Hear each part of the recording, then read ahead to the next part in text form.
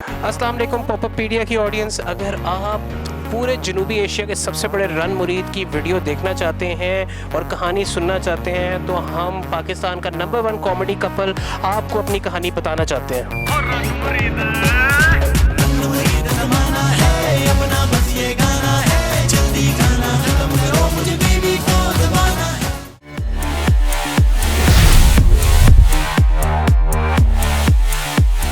अस्सलामुअलैकुम, आप देख रहे हैं पॉपअप पीडिया और मैं हूं आपकी मेज़बान वजीहा नजम। आज मैं आपकी मुलाकात करवाऊंगी एक ऐसे कपल के साथ जो कि बाकी कपल से बहुत ही यूनिक है। यूनिक चीज़ क्या है इनमें कि जो ये हस्बैंड है, इनका ये कहना है कि ये बहुत बड़े रन मुरीद हैं। मुझे नहीं पता कि बेसिकली रन मुरीद की डेफिनेशन क्या है। हमारे यहाँ ये कॉन्सेप्ट है कि अगर कोई शौहर अपनी बीवी की बातें मान रहा है या उससे मोहब्बत का इजहार कर देता है इन लॉज में बैठ के, फैमिली में बैठ के, तो उसको कह दिया जाता है ऐ मुंडा रन मुरीद है, हथों निकल गया है, बुढ़ी आई है तो बदल गया। अब इनकी क्या स्टोरी है ये अब इन्हीं से जानते हैं। अस्सलाम वालेकुम, कैसे हैं आप? जनाब मैं वजिया बिल्कुल ठीक ठाक हूँ, मगर जितनी आपने मेरी टेकिंग कर ली है ना शुरू में, मुझे लगता है मेरे घर वाले मुझे घर से बाहर निकाल के ही छोड़ेंगे सारे के सारे। अभी तक नहीं निकाला तो आगे भी नहीं निकालेंगे। क्या पता निकाला वो। हो सकता है। सबसे पहले मैं ना आपसे बात करना चाहूँगी, मतलब वो कहते हैं कि वो रन मुरीद है, आपको कितना फ़ख्र होता होगा इस चीज़ पे कि मेरा शौहर रन मुरीद? बहुत फ़ख्र होता है, वो फ़ख्र जो बाकी औरतों को नहीं होता। अच्छा, तो कभी जब आपने शादी से पहले सोचा था कि मेरी जिस बंदे से शादी होगी वो ऐसा होगा या वो इतना ज़्यादा ओबीडियंट होगा मेरा? सोचती मैं ज़रूर थी कि मेरा हस्बैंड ऐसा होना चाहिए, ऐसा होना चाहिए। ये नहीं पता था कि इतना ही ज़्यादा होगा। बहुत अच्छी बात है। अच्छा, कैसे शुरू हुई थी लव स्टोरी, किसने किसको अप्रोच किया था? जनाब ये जो है अहम और अजीम काम जो है ये मैंने ही पहले इसमें जो इनिशिएटिव लिया था और अल्हम्दुलिल्लाह मैं कामयाब हो गया था। तो कैसे, कहाँ मिले थे, कहाँ गए थे, म्यूचुअल फ्रेंड्स थे, फैमिली थी?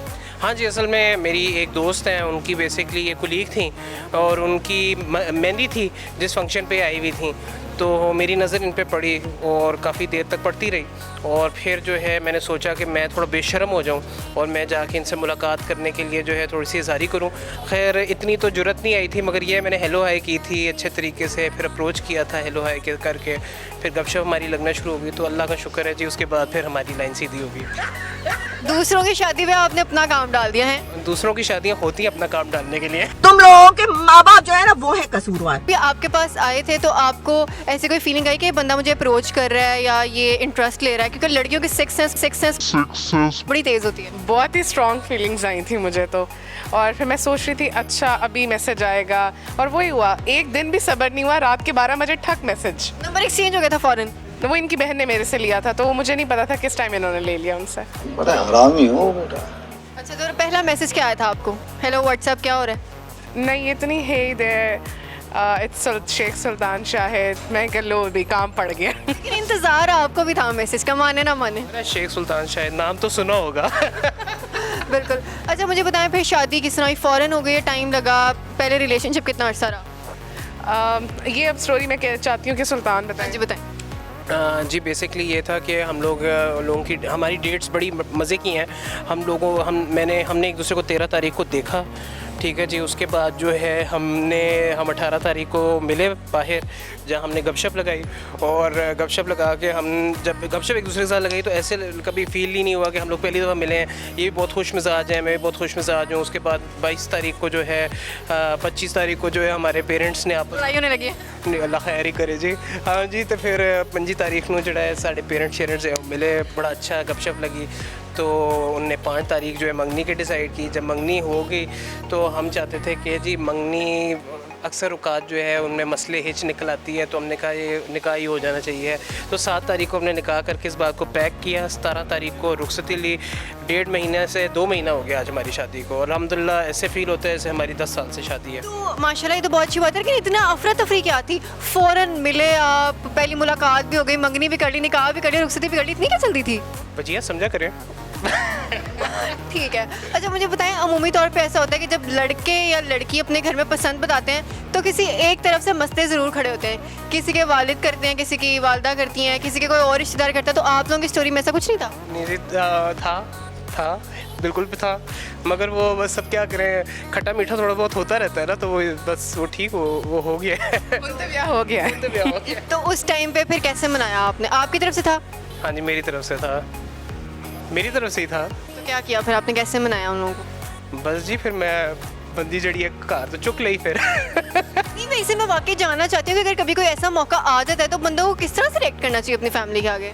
नहीं, असल में बात ये है कि हमारा निकाह हो गया था, तो मेन चीज़ ये होती है कि she is my lawfully wife अल्हम्दुलिल्लाह। और यही था कि हम 7 तारीख को करना चाहते थे क्योंकि इनकी बर्थडे थी। फिर 17 तारीख को फिर मैंने मनाया कि जी अब करना ज़रूरी है, क्योंकि ना हमारे कल्चर में ना शादी को बहुत मुश्किल बना दिया जाता है फॉर अनफॉर्चुनेट रीजंस। तो उस चीज़ को पे मैं नहीं बिलीव करता था कि जी अब कोविड है तो अब रिश्तेदार आएंगे, तो अब जी अब 6 महीने बंदा डिले किस बात पे करे, ठीक है ना। तो वो फिर अल्हम्दुलिल्लाह मैंने उनको समझाया कि हम लोग करना चाहते हैं, और वही वाली बात हुई कि शादी के बाद हम लोग ज़्यादा लाइफ एंजॉय कर रहे हैं। बहुत अच्छी बात है। मुझे बताएं कि इनसिक्योरिटीज़ की बात हुई तो एक औरत जो है वो हमेशा जो मर्जी हो जाए शक ज़रूर करती है अपने शौहर पे, तो आप करती हैं इन पे शक?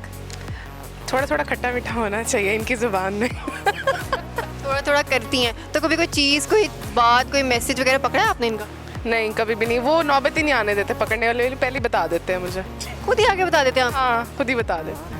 बड़े अच्छे शौहर है। अच्छा मुझे बताएं, जब आपका रिलेशनशिप स्टार्ट हुआ था तो आपने कोई इनको शुरू में नखरे वखरे नहीं दिखाया? क्योंकि लड़कियों की आदत होती है कि पहले शुरू में थोड़ा एटीट्यूड दिखाना, अच्छा सोचेंगे, नहीं रुक जाओ सब्र करो, ये तो आपने कुछ भी ऐसा नहीं किया?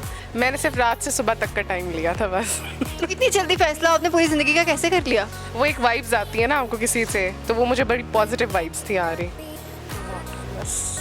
मुझे बताएं कि आपकी फैमिली आपको इस चीज़ पे कभी बोलती है कि यार जिदों दी बुड्ढी आई है तू बदल गया है या तू रान मुरीद बन गया है, हमारा बेटा वो नहीं रहा? क्योंकि ये जो इन लॉज होते हैं, स्पेशली जो लड़के की वालदा होती हैं, उनको ये एतराज़ात रहते हैं कि बीवी के आते साडा मुंडा हाथों निकल गया। हाँ जी, दोस्त कहते हैं कि पहले आप हमारे साथ खाबा खाने बाहर जाया करते थे, हमें खाने पे लेके जाते थे, जब से शादी हुई है आप लिफ्ट नहीं कराते।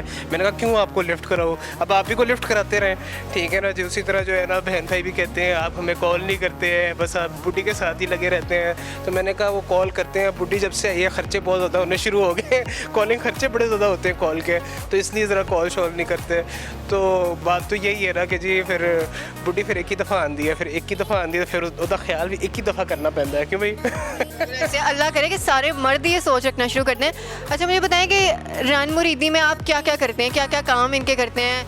नाश्ते बना के देते हैं, चाय बना के देते हैं, खाना आप बनाते हैं, क्या करते हैं? आज मैंने बड़ी डांट खाई जी, बहुत डांट खाई है मेरे आज, मेरा दिल रो रहा है जितनी मैंने आज डांट खाई है। क्यों?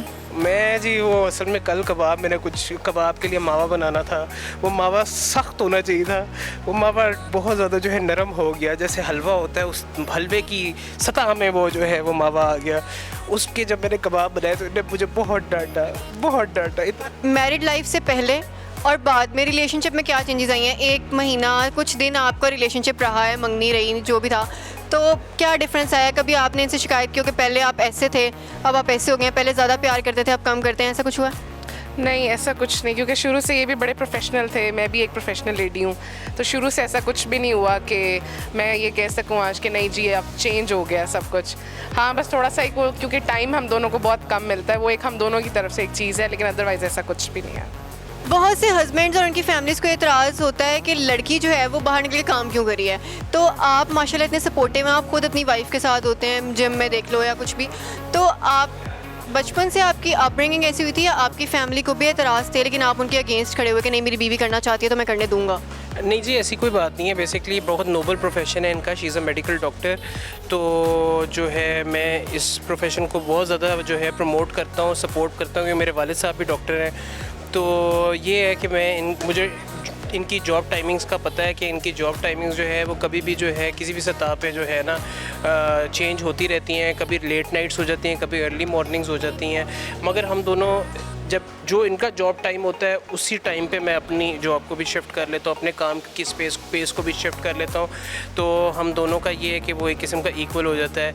उस तरह से जिस तरह से हमें टाइम स्पेंड करने की एक दूसरे के साथ आदत थी जॉब से पहले, वो वाला तो अभी सिलसिला नहीं है, but we manage and we make it happen अल्हम्दुलिल्लाह। बिल्कुल ठीक है, बहुत अच्छा मैसेज दिया। मेरे साथ एक कपल मौजूद था, माशाल्लाह से ये एक बहुत हैप्पीली मैरिड कपल हैं। जिन लोगों के जहन में मिसकंसेप्शन है ना कि शादी के बाद वो ज़िंदगी नहीं रहती जो शादी से पहले होती है, तो वो इन लोगों को देख के सबक सीख सकते हैं। और वो लोग जो शादी करने से डरते हैं, स्पेशली मर्द के, हम बाउंड हो जाएंगे, हमारी ज़िंदगी जो है वो बिल्कुल ख़त्म हो जाएगी, अय्याशी ख़त्म हो जाएगी, तो वो एक गलत सोच है, उसको बदलें, इन लोगों को देखें और इनसे मोटिवेशन लें। अगले शो में अगली स्टोरी के साथ दोबारा हाजिर होंगे। अपना बहुत ज़्यादा ख्याल रखिएगा। अल्लाह हाफिज़।